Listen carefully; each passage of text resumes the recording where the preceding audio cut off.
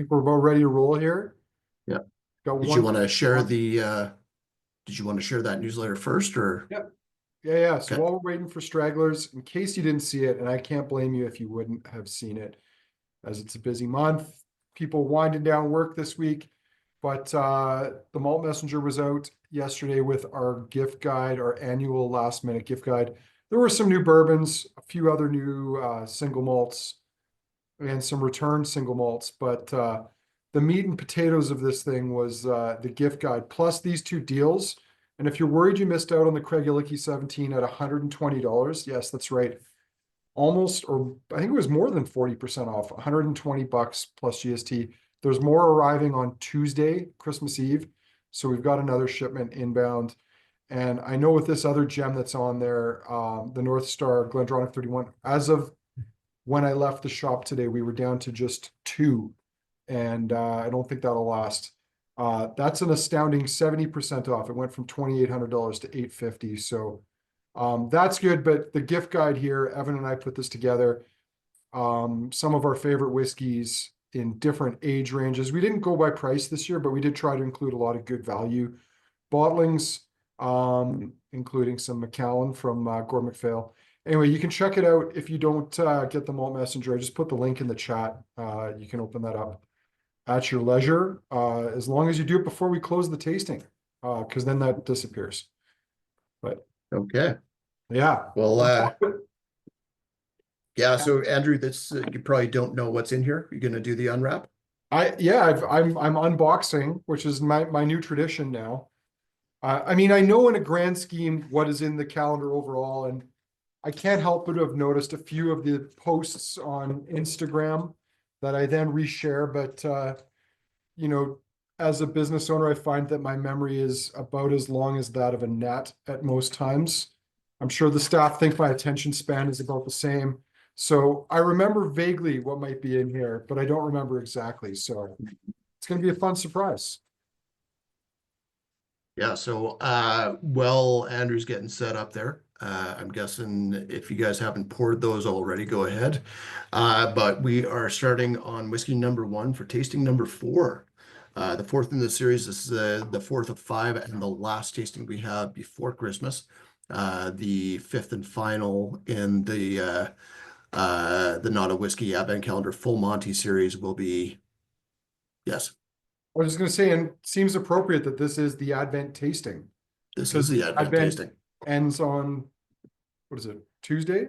So we're in the Advent tasting. So yeah.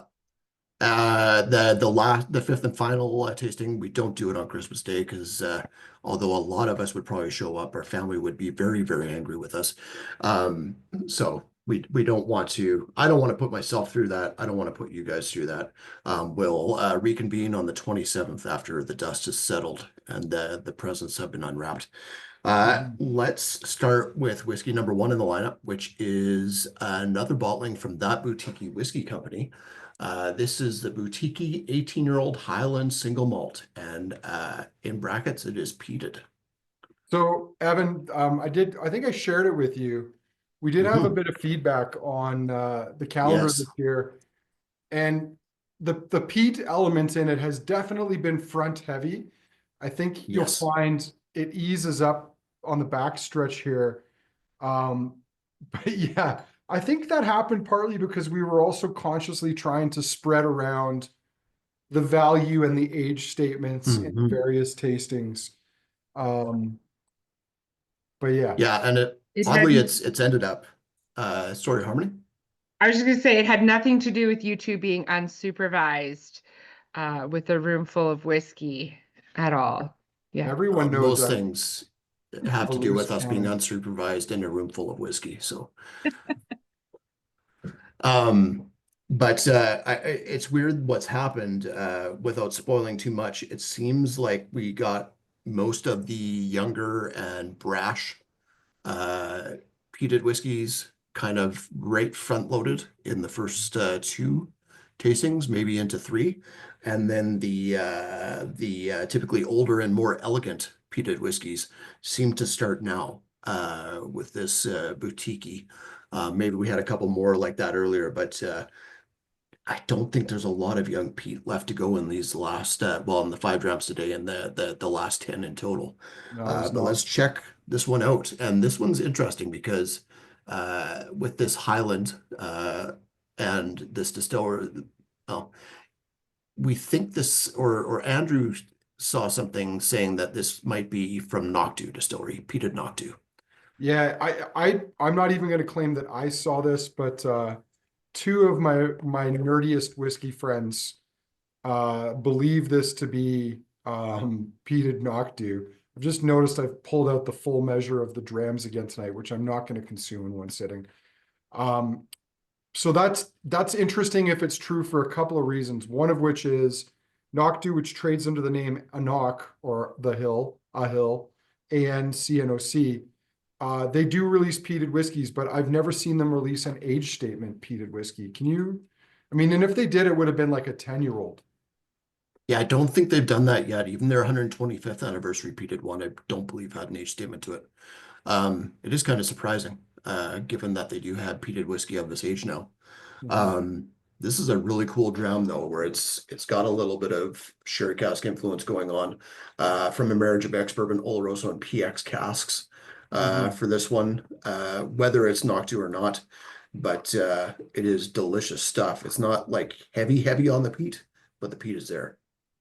Well, and I think the other thing that is worth quickly touching on in this while people are getting their noses in the glass, I think that this is a bit of a step into trying to have a semi-permanent core range for boutique whiskey, which famously had 500 ml bottles, quirky labels from a number of different distilleries, and was a bit of a, I mean, an almost Kensington wine market like project that seemed to just expand and never have an end to it.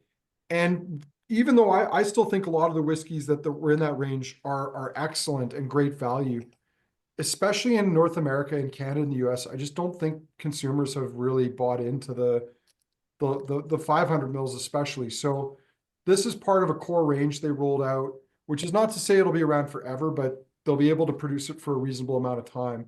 And I think it offers really, really good value. And now that they're in 700 mils, I think it's easier for consumers to see that and appreciate it. Absolutely. Well, and we already did, and we've talked even before the calendar how quite a few of us are fans of the boutique 30-year-old grain, blended grain, which we had earlier in the calendar. That's a fantastic dram as well. I honestly haven't gone personally further into the lineup yet. I know there's an 8-year-old corn whiskey from Canada that I still need to try. There's an Isla whiskey in there too, and there's a Speyside 12 or something like that as well, isn't there? Yeah, yeah, there is. Yeah. Mm-hmm. Yeah, really nice earthy smokiness on here. Yeah, there's like barbecue. This is kind of like you know, I don't know, some sort of Texas barbecue. I'm not going to say what part of Texas, but it's got that Southwest barbecue hickory brisket thing going on here. Well, Yeah, the burnt you're gonna ends. hate me. I get like hot dog water and then barbecued hot dogs. Why do you think I would hate hot dog water? I mean, I don't know, because you're like, oh, this is like nice barbecue. Yeah. And I'm like, speaking hot of that, I dogs. mean, there's no easier lunch than hot dogs. So Very true. I mostly right. personally don't think a hot dog should never be boiled. I just think that's an abomination. But Well, my wife and her parents would disagree with me because that's how they do theirs. I actually agree with you on that watching a point. show. Yeah, you do both? Is that what you No, said? no. My dad likes to boil and then barbecue. I'm all about barbecuing. It's just you do it low and slow. So Right. you know, you want to cook it through thoroughly. But That's yeah, correct. I agree. I'm not a boil a hot dog kind of guy. Yeah. Yep. And what Yeah, was it on a show? There was a TV show that mentioned hot dog water, and they were like, the secret to good hot dogs is I don't change the water. I remember just being so sickened by that. But I can't Well, remember what the movie or the show was. I guess it Yeah, I'm depends on not. how much vinegar is in there, because Yeah. maybe you can keep it going for a while. Yeah. Yeah, hot dog water should never be treated as sourdough starter. That's not a good idea. But I don't know, maybe Otherwise, brining. it's lovely. Yeah, Maybe you could brine your hot dog before you cook yeah, it. that's right. You could probably peat smoke it low and slow. Hmm. Yeah. Mhm. Jen says this is more dry rub barbecue with some sugar in the mix. Oh, that's a good note. Like those specifics. Yeah. Lindsay says butterfly and fry. I was going to say that you bisect the hot dog so you can get some of the flesh to get some grill marks on it too. I think that's the way to go. Mm-hmm. Hmm. Yeah, so really good starter. No. I know it's maybe a bit weird that we're starting with peach here, but it's light enough that stuff can come after this, even though this is, well, it's 45.8% alcohol, so it's not really up there. Shall we go on to number 2? Well, have we talked about the palate yet? I mean, we talked about the nose. Yeah. I'm still I enjoying this. know. Like Sounds good. it's got like, it still has those nice kind of, and I think the dry rub barbecue is a great note there. Mhm. But it's also got these nice like vanilla cupcake icing sugar notes to it too. It does, and that kind of goes into unpeated Noctu at this age seems to get some of Mhm. that as well for me, whether this is just all in my head or this is actually peated Noctu, who knows? Yeah. It's fruity, creamy, like malty. There's a Yeah. lot going on here. It's very easy drinking. And I think for the price, like great value, like $130 for an 18-year-old peated Highland malt. I think that's a good buy. Mhm. Mm. Yeah. Hot dogs to cupcakes. It's like a backyard barbecue. It's Yeah. That's like It's a right. party. Just missing a bouncy house. Yeah, I was gonna say this is the most supervisory, children-friendly whiskey Mhm. of the range so far. I don't want to say it's a children-friendly whiskey because that's not, there's no such thing. But this is a whiskey for supervising your children at a birthday party, is I guess what I'm trying. That's right. That's right.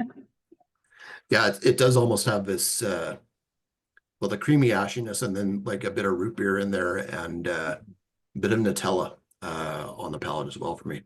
It pairs well with watching children injure themselves in slow motion in a bouncy castle, That's right. where you're powerless to help because you don't want to put your glass of whiskey down. That's right. But anyway, Where you're just standing from the back and being, oh no, somebody should go help them. yeah. You're like looking around to see who's gonna help. Like That's surely right. someone's gonna intervene. There's Yeah. got to be another parent around who wants to get involved. That's right. Absolutely. Yeah. All All right. right. I think Lovely. I'm ready to transition now, Evan. What have we got for number 2? Tell us. Sounds good. So this is from the Scotch Malt Whisky Society. This Oh, was the Canada Day dram for this year from the smws.ca. This is Scotch Malt Whisky Society 18.60, called Supping Sherry from Polished Wooden Cups. 55.5% alcohol, and this distillery number 18. This is a 60th cask from distillery number 18, which is Inchgour Distillery from the SMWS.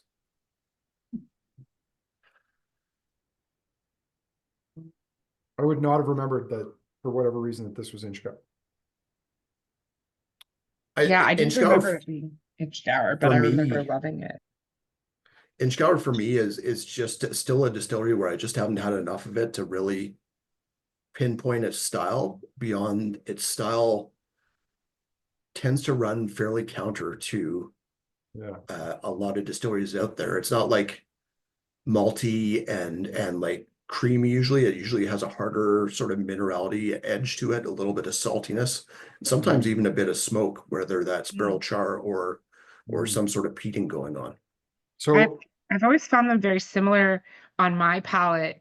I often think of Rothrusk and Inchgour being very similar Oh, on good call. approach. Yeah. well, Harmony, I think that your point leads into what I was going to say about Inchgour is a distillery that needs sherry casks. And I Yeah, think the reason for that is the spirit is kind of dirty without Yeah.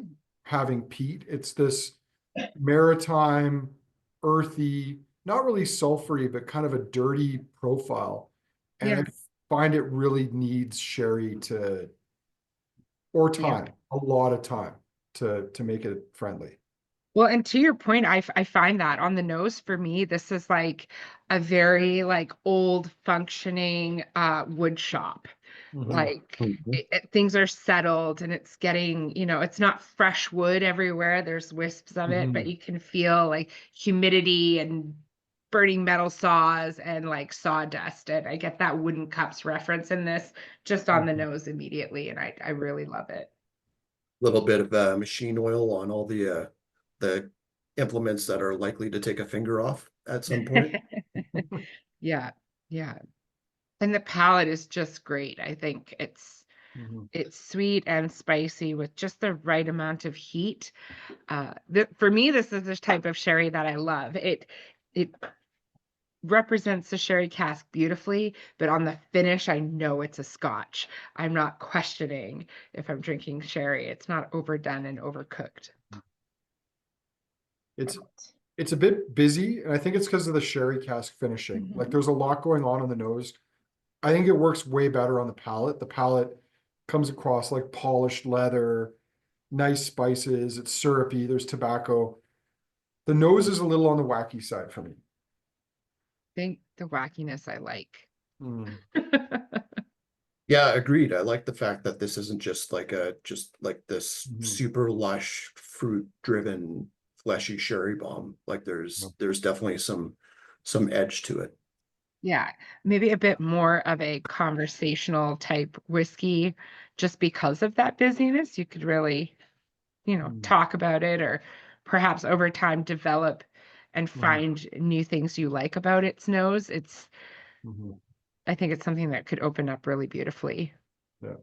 The maturation in bourbon obviously gives it this nice creamy, sort of pillowy base, and then that Oloroso finishing right on top of it. Some nice Mhm. spices in there too. But yeah, this is interesting because it's not atypical for me for an Inchgauer, or and especially not not for a good Inchgauer, which again I think needs active oak to help kind of tamp down some of the distillate spirit, which Mhm. I guess I'm trying to say Inchgauer is not one of the most beautiful distillates out there. Yeah.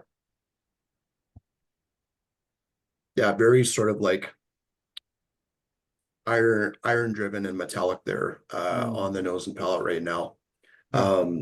Bit of like if Twizzlers made a sea salt infused Twizzler, I I, get that on the nose and palate. I bet you can buy those in Florida. Just, Mm. just, uh, you know, and just to kind of sort of frame my remarks, just so that it's not like a criticism of Inchgauer, like the industry for a long time, because it's focused on blending, wants different components. And so there's demand for whiskeys that have kind of prominent profiles like this that can add complexity and layers to blends. I think when they get out, and it might be why there's never been like, I've never met someone who's like, oh, I'm a big Inchgauer collector. Like Yep. you meet who are into like Milton Duff or Glenbergie or, like our friend Devin. They're into some of these distilleries because they're a little quirky and there's something about them that they really love. And I think Inchgauer, along with Othrusk, is what I've never an Inchgauer enthusiast. But it doesn't mean that they don't have. Well, Andrew seems to be having maybe a few issues. Um, I wanted to ask Kelly and Rob yes. because this is their lineup for Canada that's presented through these society bottles. And like, why did you choose this and why do I love it so much? I mean, maybe you can't answer the second part. You love it this much because you are a star. Um, so, Go so we on. did. Go on, do go on. We didn't choose it in the sense that we tried it and decided on bottling this particular whiskey. We were offered, this is going back a while now, but I think we were offered two or three different options from HQ. They gave us, the distillery, the flavor profile, the tasting note, all the details on it. And we looked at them and we were obviously trying to achieve sort of a certain price point and something that would be broadly accepted. Not everybody, for instance, likes peat. So if you choose a peated whiskey, you're sort of automatically cutting out a group of whiskey drinkers. You're a little safer with sherry, not necessarily always. But Yeah. then I think, if memory serves, we sent the choices to Andrew and Evan and said, what do you guys think? And I think that they had input in as well and said, you know, a teenaged Inchgar, sherried Inchgar would be really cool. And that was that. And the other thing too is, because it's a Canada exclusive, HQ is looking for a cask that doesn't have a massive amount of liquid left in it, because we can't absorb that many bottles. Our branch doesn't have thousands and thousands of members to take. Next year. Yeah, next year, exactly. Everybody sign up if you're not a member. So it also had to do with how, you know, how many bottles we were going to get out of that cask. Was that a reasonable amount for the Canadian branch to absorb and sell through? So yeah, there were a number of factors, and it turned out to be just a really lovely dram. Yeah. And this is the second Canada Day dram that's an Inchgar. It'd be cool, especially after seeing the SMWS ones. Maybe you can get one with the C for Canada for next July. So sadly, I have to say that there won't be any more. We're not. We've put 2 out there over the last couple of years, and we're not going to continue it. And that just has to do with, again, it's tricky for HQ to find a cask with a low enough level of liquid that we can absorb all the bottles, because ideally it should be an exclusive to our branch. And it's funny because Canada Day bottlings don't sell very well in certain markets. And I won't name names, but I had one of our 5 partner stores email me and say, our people who live here aren't necessarily proud of being Canadian at the moment. They're not interested, and they're not selling very well. And he said, please don't send us any more. So it just kind of depends where you are in the country and what the politics are. And I don't want to go down that road, but mostly it was because it's just hard to absorb the amount of liquid of a whole entire cask. Yeah, it's understandable, but I'm kind of surprised that Danielle Smith is running a SMWS liquor store. Well, that's Danielle. Yeah. Yeah. Anyway, we've gone out on a high note, I think, with the last of the 2 Canada Day bottlings that we did.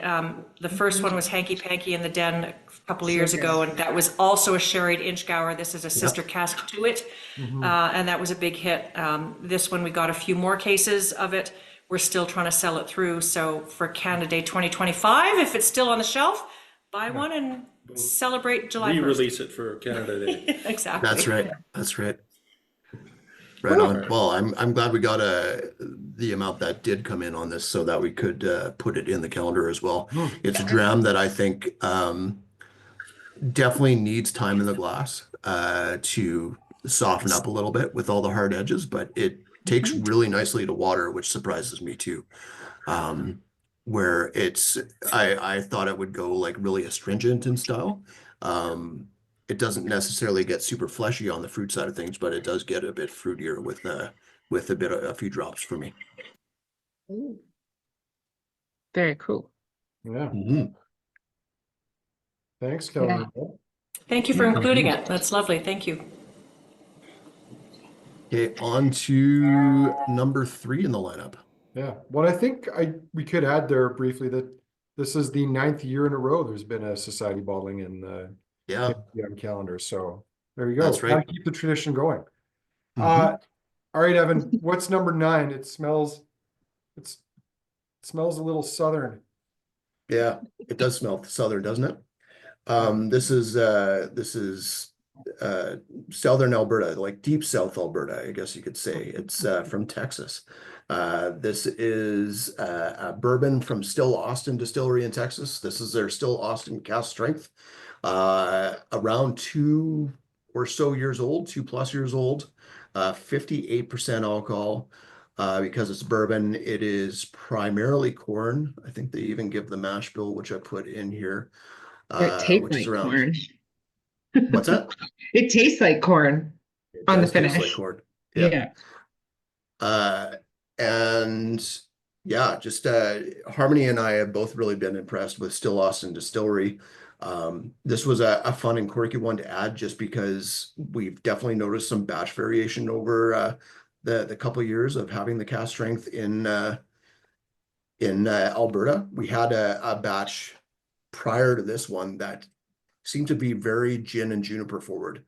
This one seems to go more into those cherry and fruit notes with some big barbecue notes on there as well. Yeah. Still has a herbaceousness, but for me, there's something about this dram, and I've talked about it in bourbon tastings that reminds me of both Merlot and Cabernet Franc, where you get the tobacco notes and sort of plum notes from Merlot, but then you also get this like almost bell pepper herbaceousness on the nose and palate from the Cab Franc side of things, a little bit leafy in there. But How dare you, very Evan? cool How stuff. dare you drag wine into a Scotch tasting? Yeah. While How talking dare I about drag bourbon. bourbon into? Yeah. Yeah. So, I mean, it's good. I think everyone knows I'm not the world's biggest bourbon fan. And I've seen some customer feedback on this, like at least one guy already emailed me about this, which is Good why I knew news? to pre-commit to some because I could see that it was going to sell out. But this is something that I'm wondering. So it's bourbon, and I know to call something bourbon, it literally just needs to touch the wood before it goes into the bottle. But to be legally whiskey in most of the world, including Canada, it has to be 3 years of age. So Yeah. could there not be a challenge to people by someone, some pedantic idiot, that this is not legally whiskey because it's not 3 years of age? Well, Because that Yeah, is maybe. for the term no, whiskey, that I is a mean, legally recognized age. it's a legally recognized age under the category of their whiskey. In Yeah. bourbon, there are subcategories, and to be of legal age and recognized, the term would be straight whiskey, straight bourbon whiskey, straight Kentucky whiskey, Yep. straight whatever bourbon. And that term straight identifies 2 years at minimal.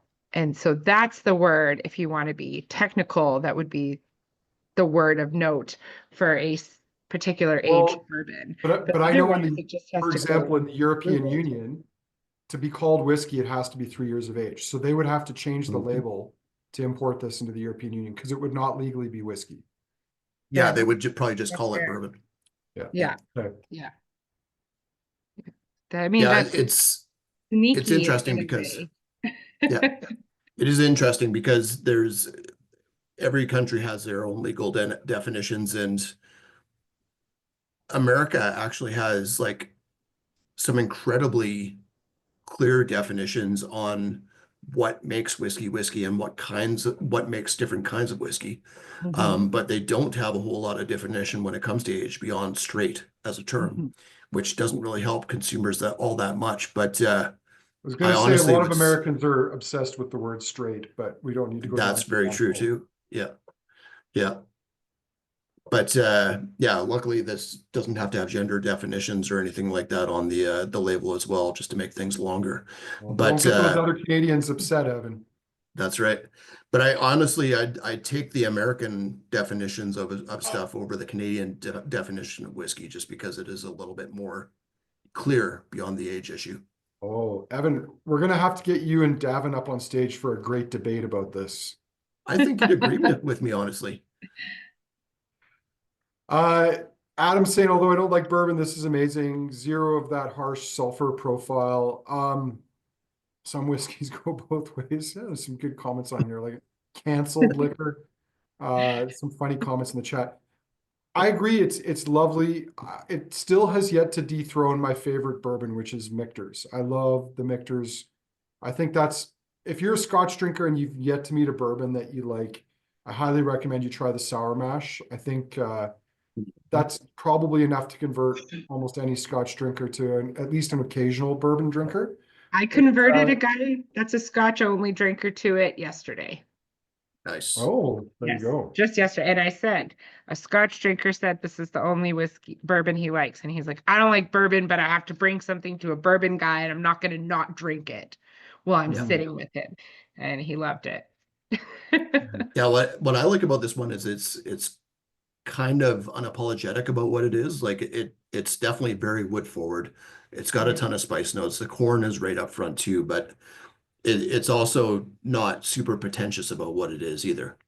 Mhm. Yeah, and what I like as well within its category, from what I have been exposed to in Alberta of Texas whiskey, I find it the most approachable Totally. and not just a complete leather and wood slap you in the face kind of whiskey that I've experienced from Texas. So I think they do a very good job at what they do. And I also love their unmalted rye that they produce. Mhm. Yeah, that's another one worth, if you like this is called the musician cast strength essentially, or Still Austin cast strength bourbon. If you haven't tried Still Austin's rye, the artist rye, it is stunning. It's probably one of the best 3 ryes I've had out of the US. Yeah, yeah, big fan. Okay, on to Oh, we have a car. let's go on to number 4. So this should be more up Andrew's alley. Andrew might be able to tell what this one is just based on the nose, I think. See, I was remiss in only pouring it right now.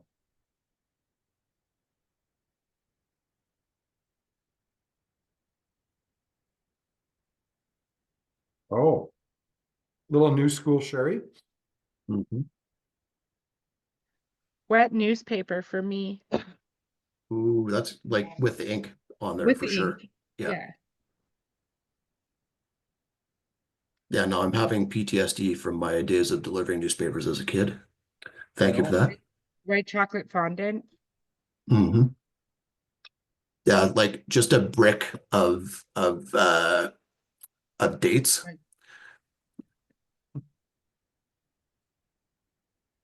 I'm worried I'm getting lost here. Is this the millstone? No, it's You are I very think long. it's as rich and dense as a millstone, though. This is our Glentauchers single Yeah, cask. I was so torn between those two. Really? This is the Glentauchers. There is a like little bit of like funky, Yeah. what Andrew calls dank, Mm. like note on here. That is for me, it's like the clear separator between the millstone and the Glentauchers. Oh, I okay, mentioned hold on. Palate. Yeah, it's dumpy. This is that dumpy The style dumpy. Yeah. sherry. So on the palate, you can see it. The nose is interesting. The nose is like traditional sherry, but this is definitely new school sherry on the palate. It is so spice forward, and it is like thick and syrupy. So it's that dumpy sherry profile. Mhm. Yeah, so this is Glentauchers. It is a single cask, and I went on a whole rant in my blog post about how this is from the year 2000 and it doesn't even qualify as a millennial. It's too young Oh. at what, 23 years old. It would be considered Gen Y if I remember correctly, which is just shocking and makes me feel even older. But can you like just the idea that we've got a 23-year-old single cask that was from this millennium is just crazy. Evan, And I'm gonna top you. ID that whiskey. Mhm. I'm gonna trump you on that, Evan. I've got a 24-year-old daughter. So Who's getting That's true. married. from Yeah. 2000, nonetheless. You know, I like this, and I think it's not my favorite of our casks, but again, it wasn't really one I picked for me. I picked this for people that like that big sherry profile. Oh, and it's big. Yeah. And the Ardmore that we bottled at the same time, that was more my style. That really old school, soft, subtle, lets more like tropical notes creep through. Because this is just, it's so like dark chocolate, leather, tobacco, earthy, and spicy. Yeah. What do you It's a big, rich dram, but it's got this savoriness to it with those spices as well. Mhm. I have a question. What do you food wise pair with something like this? Oh, I would pair this with Chinese food, but like not Probably go like well. Western Chinese food, like real Chinese food. Like the kind when you go to like a proper restaurant and it's, not the sort of stuff, it's not ginger beef and all that kind of stuff. It's this would go well with like some traditional Chinese food. Cool. Spicy. So I actually did have this in a dinner pairing at Pine Brook Golf Course. Oh, And I believe there were a couple plates in the dinner that I would have gone with, but it was paired with like a big not brisket, but like almost like a prime rib with like a thicker but slightly sweet gravy. And that was just fantastic. Like I think they actually put some chocolate in the jus or the gravy. Rob and Kelly were probably at one of the dinners at Buchanan's where they did, their chef who's Asian and would put a bit of an Asian twist on traditional Scottish fare as well as like, North American style steakhouse food. But he would do these like duck crepe pancake things, these thin ones with like a hoisin sauce. Something like that would pair really well with this too. Mhm. Like the duck fat, especially like that nice, fatty, rich, saucy, little bit of sweet. I can almost taste the hoisin sauce now that you say it. Harmony, you were asking Jeff what a schooner is. You're not referring to an extra large like mug of beer, are you? Did I ask him what a schooner was or what was in his schooner? Oh, I thought you were wondering what a schooner was. I was No, like, I've been to bars. okay. Well, I thought that might have been a like growing up Mormon thing where it's like, No, it was, which people is why drink it was beer, the but- first beer I was told to order. Yeah. get a schooner. Okay. Yeah.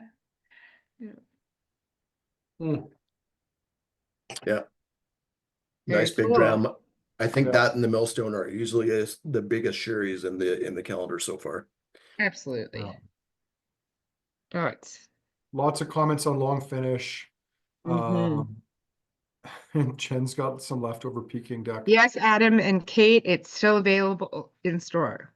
Oh, I'll Yes. put that link in the chat. Yeah, because this was a pretty good sized cask. I think we had a little Yes. over 300 bottles of it, somewhere in that range. So Yeah, we're it wasn't a on, butt, I don't think, but it was a pretty full hogshead, if I remember correctly. Sherry yeah, hogshead. it was a big First full fill. sherry hoggy. Not Yeah. a big bet then. Okay. It did not have a big butt, Harmony. No. No. Okay. Just want to be clear for people filling out but spreadsheets. Yeah. but there A is one hogshead interesting, is like a half size butt, essentially proportionally. So there is one interesting fact on this though that did come out when we had Stephen Rankin in town in place of Richard Urquhart a few weeks back. So Stephen stood in for his cousin. I asked him about the cask number on this because the cask number is unusual. I think it has like 7 digits on it. Yeah. And it's it not does. something you see with Gord MacPhail, and actually it's 8 digits. So I asked Stephen, I said, is this, and partly that and the size, the volume of the outturn, I said, is this a finish? And he looked at the number and he said, yeah, this is a finish. We'd only give it an 8-digit number if it was a finished. So how long was it finished? Do we know? We don't know. It's something we'll have to dig into. But again, it's kind of intriguing. Like when you compare that Ardmore to this and the Yeah. profile, and they were put in cask 3 years apart. They're so different from each other. And that the Ardmore has that like really soft, gentle, delicate sherry profile. This has that like richer, spicier, earthier one. And it turns out this is a finish. So there's many unanswered questions about this one. I still think it's a great dram. But I didn't know until that moment for sure that Gord MacPhail was finishing, but it turns out they are. Makes me wonder Explains what the it was outturn. before then, so that they thought they had to move it. Well, I know they're not doing this. I only wish all those Macallans they sold them were like finished for like 6 months in like really dumpy PX casks just to give them a bit of color. The casks that paid for a new distillery. Anyway, that's right. all right, Evan, Well, what are we ending on? on to number 5, which is Compass Box Flaming Heart 2022. Oh, so there is one more big peated whiskey. Bigger but older. Yeah. Also, from what I understand, this is kind of getting close to being sold out in the market finally. Oh man. Yeah, I think they are getting down to the last few cases of it. kind of about time just because it's been around for a few years, but I'm happy with especially the Flaming Heart lineup. We usually do have these around for a while. Just because they tend to be fantastic. And for a long time, I thought that the 2015 Flaming Heart was the best in the lineup, but I think this one actually tops it. I might have a bottle of that 2015 somewhere, actually. That And was Evan, Yeah, really I've got some back there. So Yeah. say that's not just because you're a big Kiss fan, is it? good. No, No. not just because of that. Yeah. Like the first So- note I got on the nose on this was like, for some reason, like a dentist's office. Yeah, I can see that. It does have like they're putting some cement on the teeth or something like that, or even into the they're painting on the Fluoride. fluoride at the end. Loads Speaking of of which, the painting on the fluoride, I think, is the best invention since I've gone to the dentist, because it's way better than sticking that gluey stuff cup? on your teeth for the 60 seconds or whatever. Oh, those were dreadful. Yeah. But have you been recently? Because that technology has improved. You can now eat food and drink things other than, except for maybe hot coffee, immediately after you get it. Whereas Yeah. for the longest time, they're like, don't drink anything but like room temperature water for like the next couple hours. Yeah. Yeah, it has improved a lot, and I love that, because that was the one downside too, is feeling the hungry but slightly ill feeling from the flavor. And I can't do anything about it afterwards. The downside, Evan, the long-term downside is that we're going to find out in 40 years it's highly carcinogenic. Oh, But for sure. for now, it's super convenient and Yeah. really handy. Yeah. Well, and I mean, not to hopefully make things worse, but I'm sure that at some point we're going to be told, all of us peat lovers, there's something carcinogenic in there. So, God, I hope so. Life's Sign already me up. yeah. Uh, Ugh, that's Yeah. just Chris and Sarah says, but that won't stop us. Totally agreed. absolutely not. Yeah. I look forward to the Surgeon General warnings on the labels though. Yeah. With like a picture of Evan beside it going like, Yeah, that's right. rest See, in those peace. are the kind of Rest in warnings peace, I need. Evan. Yeah. Mhm. I mean, I love the palate. I'm finding the nose on this really shy. Like I'm having a hard time getting a lot from it, but the palate's got lots of nice layers to it. I like the nice integration of the smoke, the French oak spiciness that's in there too. Yeah. It's the nose for me it's like you're burning an orange peel on there. It's got this really nice sort of like orangey citrus, but on fire note to it. Yeah. And I love just the interplay of the smoke and the spice all the way through. Well, Compass Box describes it themselves as saying this whiskey revels in the harmonies between heavy peat and roasted French oak. Imagine Metallica with a backing orchestra, and you're getting Yeah. close. So, Or imagine a good metal band with a backing orchestra. Metallica had a couple of good albums. The Black Album was pretty rock solid. Yeah, I think Doug just tried to throw something at me. Doug's trying to hit you through the Zoom call. Yeah. Which would Don't not you be the upset first Doug. time. How dare you? Yeah. Yeah, I think I was 12 or 13, maybe 14 when they came through town for the Black Album. And that was the first time I was exposed to marijuana smoke. Everyone was passing joints around, and being 14 years of age, all I needed to do was be close enough to smell it, and it went a little bit to your head. So.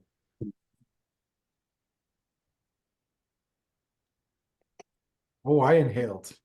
I'm not going to make that claim. One must. I mean, you need to inhale to breathe. Yes.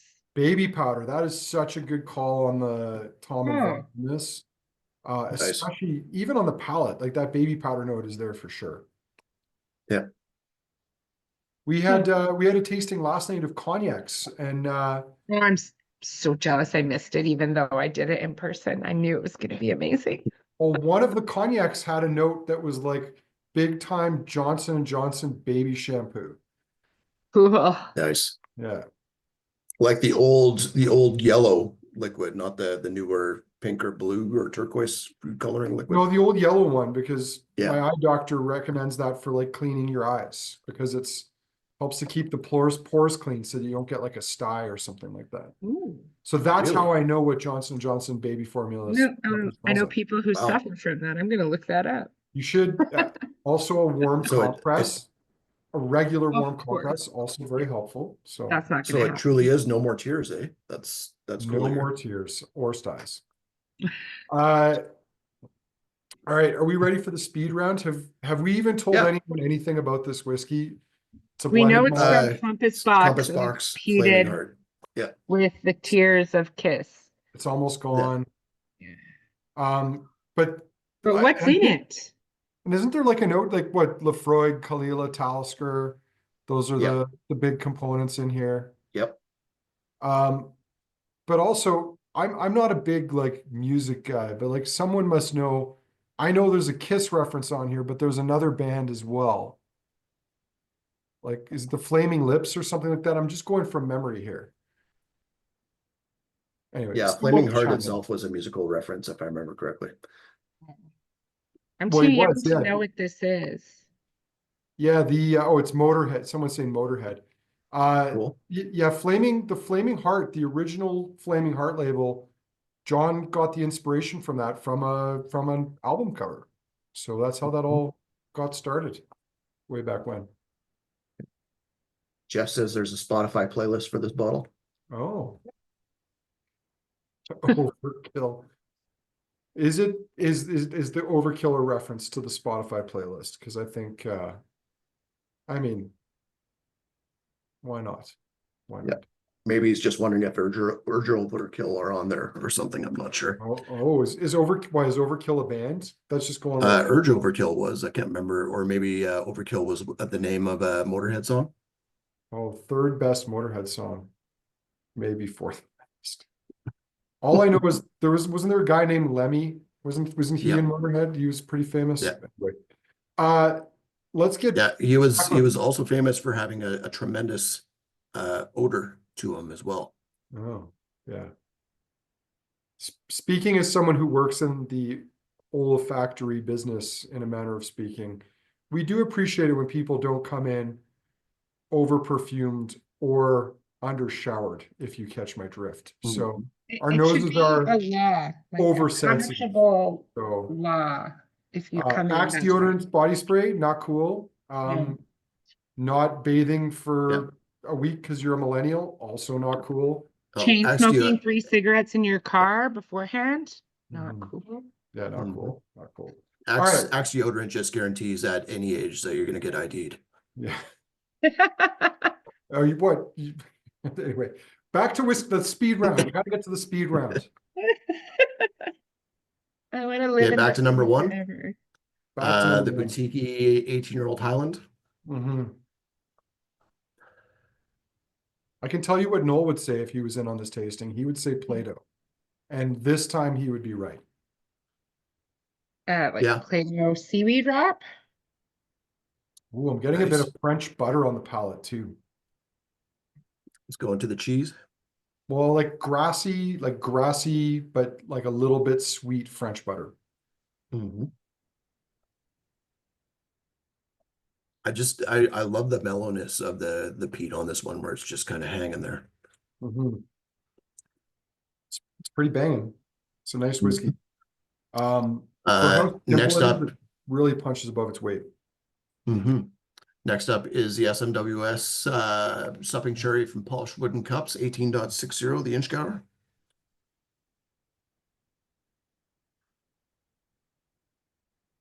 Speaking of butter, there's a bit of like buttered popcorn, like movie theater popcorn, mixed with a little bit of caramel corn in there. I would lean more into like Tommy Bahama's honey butter.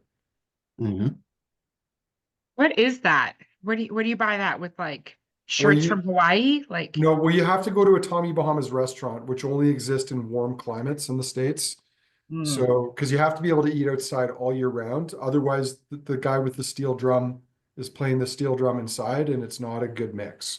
So, So what's on the menu? Is it all just like overly expensive polyester shirts or? well, you can buy those things in the adjacent clothing shop. But the Mhm. main reason people go there is for their coconut shrimp. Mm. Possibly the best coconut shrimp in America. see, now we're Nice. talking. So what distilleries are close by Tommy Bahamas locations in tropical places in the world? And Evan, I think we should go. That's right. That's I right. think there used to be a rum distillery in Maui with really overpriced, very average rums. Like that's the closest distillery Tommy Bahamas combo I would be aware of. I feel like we If should there's a investigate. if there's a Tommy Bahamas right across the street from Margaritaville, do they have to do like a West Side Story dance off in between on the streets I don't know, but or I anything like probably that? trust the margaritas being better at the Tommy Bahamas than the I feel like margaritas. Mhm. it should be legally required if they're that close, like every day at the stroke of X Mhm. dance off battle. 420, just because everybody at that age is now smoking marijuana. So Yeah. I'm getting like I love this. exotic flavors of nibs and Twizzlers, maybe Yeah. the kind that we don't get Mhm. in this country. well, and there's a little bit of passion fruit juice on the finish now, which is pretty interesting. I'm getting like a little Five Alive action. Yes, I was just thinking that too. Yeah. Hubba Bubba, grape Hubba Bubba on the Mhm. nose. See, I just like this. I mean, label or no label, Canada Day, whatever. I can't drink the label. I'm going to drink what's Yeah. inside, and I will never let the label determine what I drink unless the bottle is absolutely horrible and this shaped. Then I Wow. won't be really excited Mhm. to drink it. I mean, it's funny when you get to the palate now, this is our second time around. I mean, the sherry notes are still there, but this is so much more like vanilla toasted oak than sherry now. Like the sherry notes to me seem to be fading off. Yeah, agreed. Yeah, it's kind of going into a little bit of the notes that we saw that tended to be very bourbon-esque on some of the mid-20s toasted oak Glen Murrays that we saw from the society like 4 or 5 years ago. Adam and Kate said, getting a weird mix of ghost peppers and roasted pineapple. I love that. Nice. That's I like your weird mix. that could be that's the going into Jelly Belly territory. Yeah. Because there are ghost pepper jelly bellies, although I don't recommend them. Next up is this Still Austin cast strength bourbon. The whiskey of dubious age, Yeah. in one humble man's opinion, or not so humble anyway. So Evan, you mentioned on this, and I wasn't listening, I'll be very honest. A lot of wine references to the nose and the Yeah. palate. Is that because it's finished in these casks, or No, just what no, you I remember strongly getting a bell pepper note when I first nosed and tasted this like months ago. And And again, when we did the bourbon tasting, and it's still there, it's changed a little bit for me. It's gone a little bit more chocolatey, but Okay. the bell pepper note very much reminds me of Cabernet Franc as a grape. It tends to have this herbaceous, leafy bell pepper note, at least the ones that I really enjoy. I tend to be a big Cab Franc fan. And then Merlot often has this tobacco leaf note to it and goes chocolatey, which also reminds me of this dram, which is why I brought those up. And also Okay. just because I like to be off the wall in my tasting notes, just because it either confuses people or makes them talk. So one or Fair the enough, other. fair enough. Because if it was wine cask, that for me opens a whole bucket of worms that I'm sure a conversation needs to be had off camera about casks in the American bourbon Yeah. industry and my confusion / love class. I just have very confused mixed feelings about it. Mhm. But I like them, I think. Yep. Anyway, another time. Sorry, people. Yeah. Very great, very, very great whiskey. Yeah, we'll have to get into that Great label. at our Blinded by Bourbon tasting. That's coming up in January, I believe. Yeah. Yeah, I can work it in. Whether Mm-hmm. it's relative or not, I'll find a way. Andrew asking, saying he thought bourbon had to be virgin American oak. Straight, Initially, but for straight bourbon, it has to be virgin oak the whole way through. yes. But if you finish it in something, you can still call it bourbon. You just can't call it straight Yeah. bourbon. Right. And And then I don't think it even has to be American oak. It just has to be a virgin oak, charred virgin oak vessel. see that's the vessel is where I have Yeah. the Issues. lack of understanding. Yeah. Unless oak in the finish of bourbon is our like 11-to-1 rule in Mhm. Canada, then I'm just gonna accept it and not like it like I do here. And that's fine. It's fine. But I do like the bourbon. Yeah, me too. On to or back to the Big Sherry Glentauchers from G&M. Very woody, wet wood, old wood. And dusty. Yeah, it has gone a little bit dusty. Tomato It's paste. also a little marshmallowy. Marshmallowy, tomato. I think Andrew, you said tomato paste. Mhm. And a little bit of like Campbell's tomato soup, like right when you open Yeah. the can, but before you add milk to it, which is the proper way to make it, not with just Correct. water. Correct. Yes.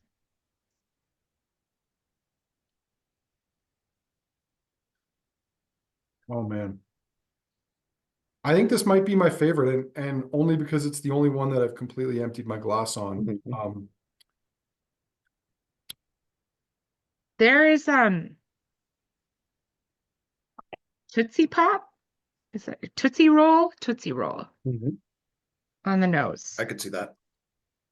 Yeah, I could But see, even on kind of the really stale, but you really try to Yeah. make it texture okay. wise, even like it's got a bit of that texture to it as well. Park says, but Maybe it, yeah. Didn't Bark says, yeah, it does have some root beer notes. Yeah. I'm torn. Anyway, This is so many things. You said soup. That soup is such a great note. Yeah. Yeah. tomato soup and tomato paste. It's all I can think about right now. Partly probably because I need some more dinner. Yep. Which is a sign we should keep this rolling. Well, what's Sounds for good. dinner, Andrew? I'm curious. Actually, Jenny went to Costco today, so it's those like, if you ever get the like chicken taco things where you, Yeah, yeah, so of course I have. more of that, which is Nice. not to say I haven't had any. So, Okay, last but not least is the Flaming Hearts 2022. the nose on that has opened up a little bit. Some nice Mhm. marshmallow tones. Staying on the soup theme, I'm getting a little bit of like cream of mushroom soup on here. Yeah, a little bit of like sawdust in there, but like premium sawdust, good sawdust, top tier sawdust. Now on the palate, it's like a nice mushroom risotto. Nice. A little bit of olive oil in there too. Yeah. Adam and KWM say sushi seaweed. I totally get where you're going with that too. I like that. I like that.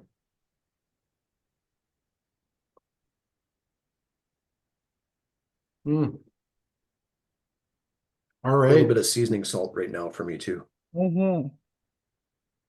Very like salty, high seasoning salts. Mhm. Yeah, well, we've done our speed round there. I will launch the poll for everybody. While we're doing that, Harmony, what are your two favorites of the night with a bonus third if you want? Obviously the supping sherry out of polished wooden cups is my favorite. It's not just Nice. because Rob is so handsome. It's just because it's delicious. So handsome. So handsome. I'm gonna let him lead more tastings when we do them in person if he shows up again. Nice.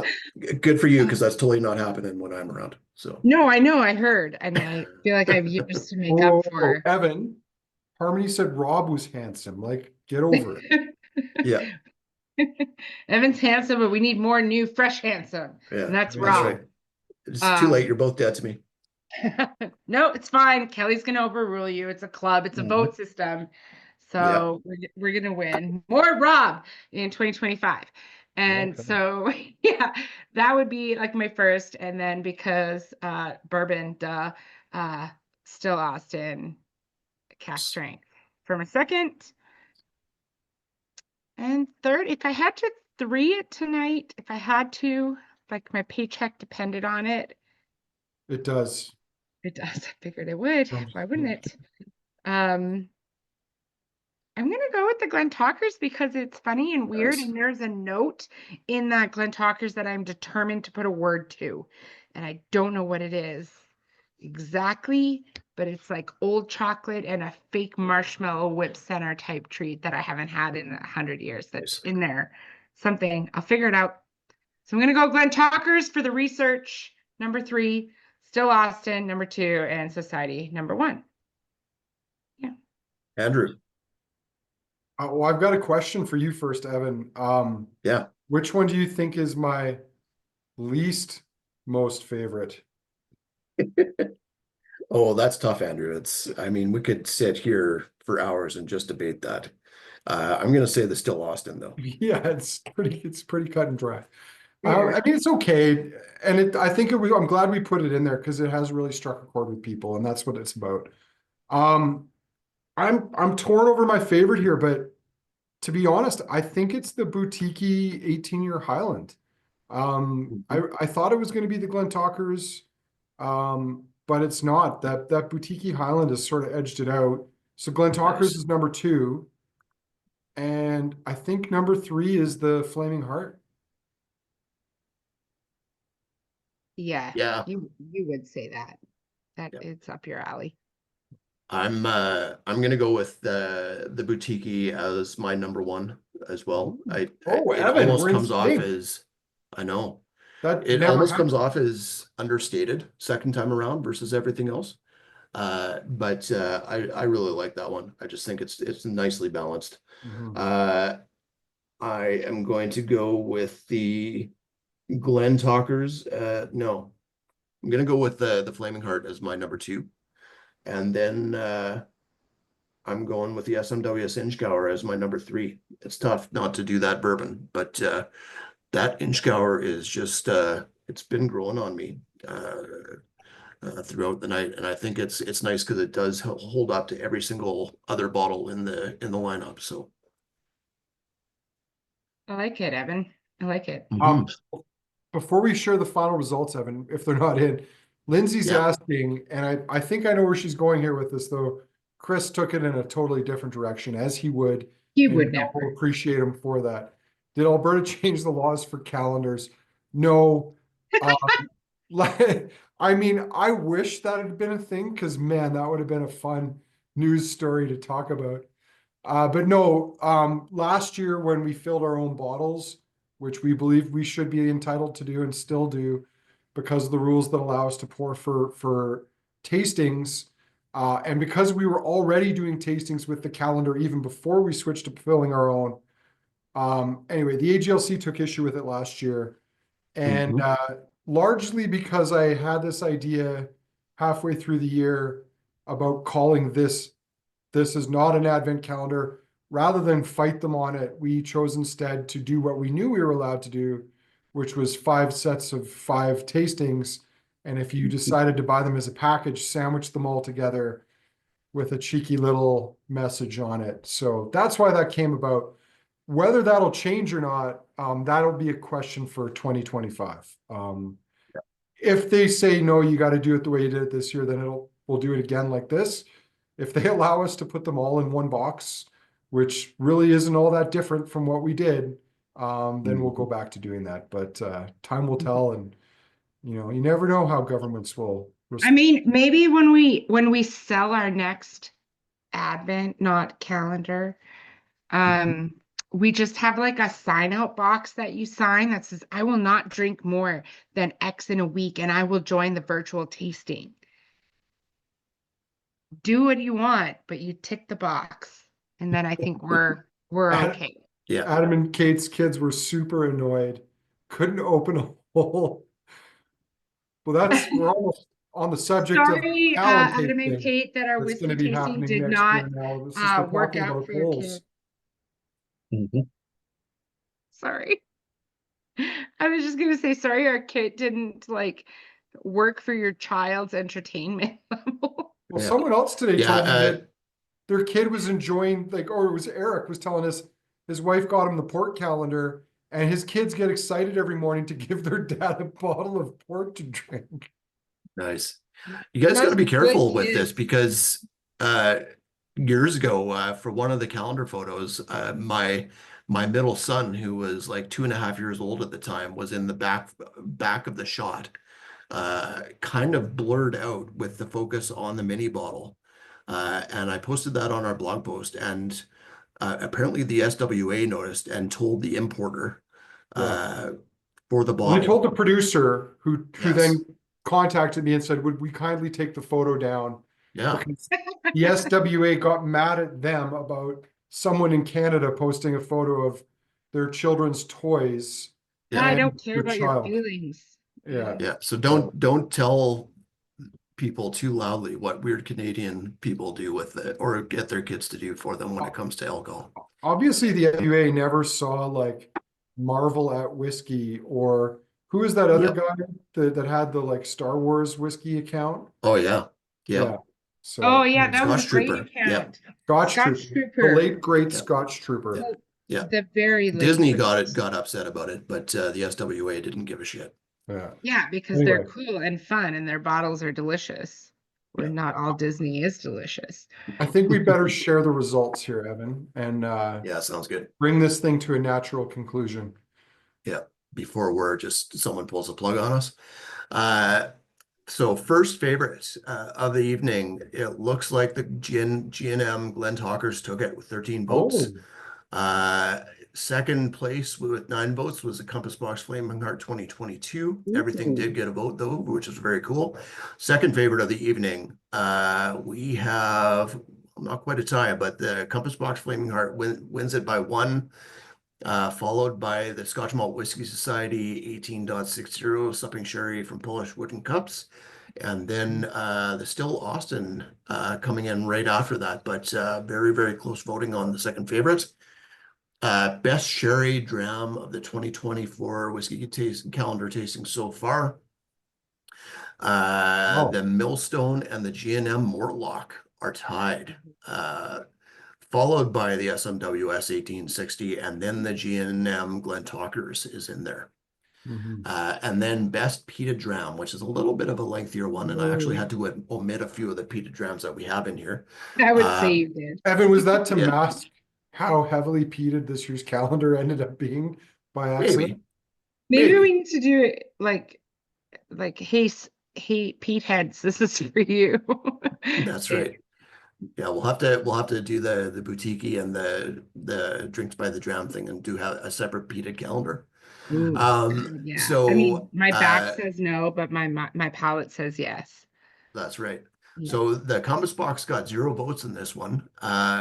Favorite so far has been the Rest and Be Thankful Port Charlotte, which is pretty cool.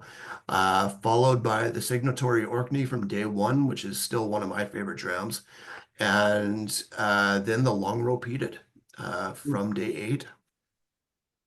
Interesting.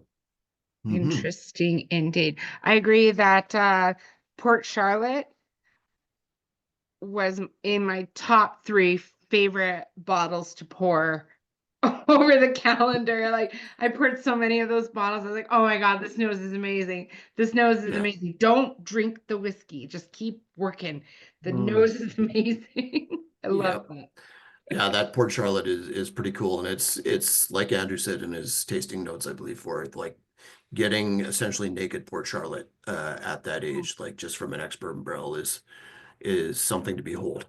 Well, I think the frustration for me with Port Charlotte is whether it's from Bruichladdich or Yep. rest and be. So much of it has been like put into bloody wine casks. Like I just Yep. want it in a tired old sherry cask or a first, second, third, or fourth fill bourbon barrel. And I want to see what it tastes like after 10, 12, 15 years. Absolutely. Church, yeah. Andrew, church. This was kind of fun. It's Friday night, and my daughter's arriving shortly with her new puppy. Who Yeah, needs to Jerry's acclimatize with coming. Walter, so I need to bail. Mhm. So I'm personally going to bow out at this point. So I want to say thank you, Evan and Harmony. What happens after that is, I guess, up to y'all, as they say.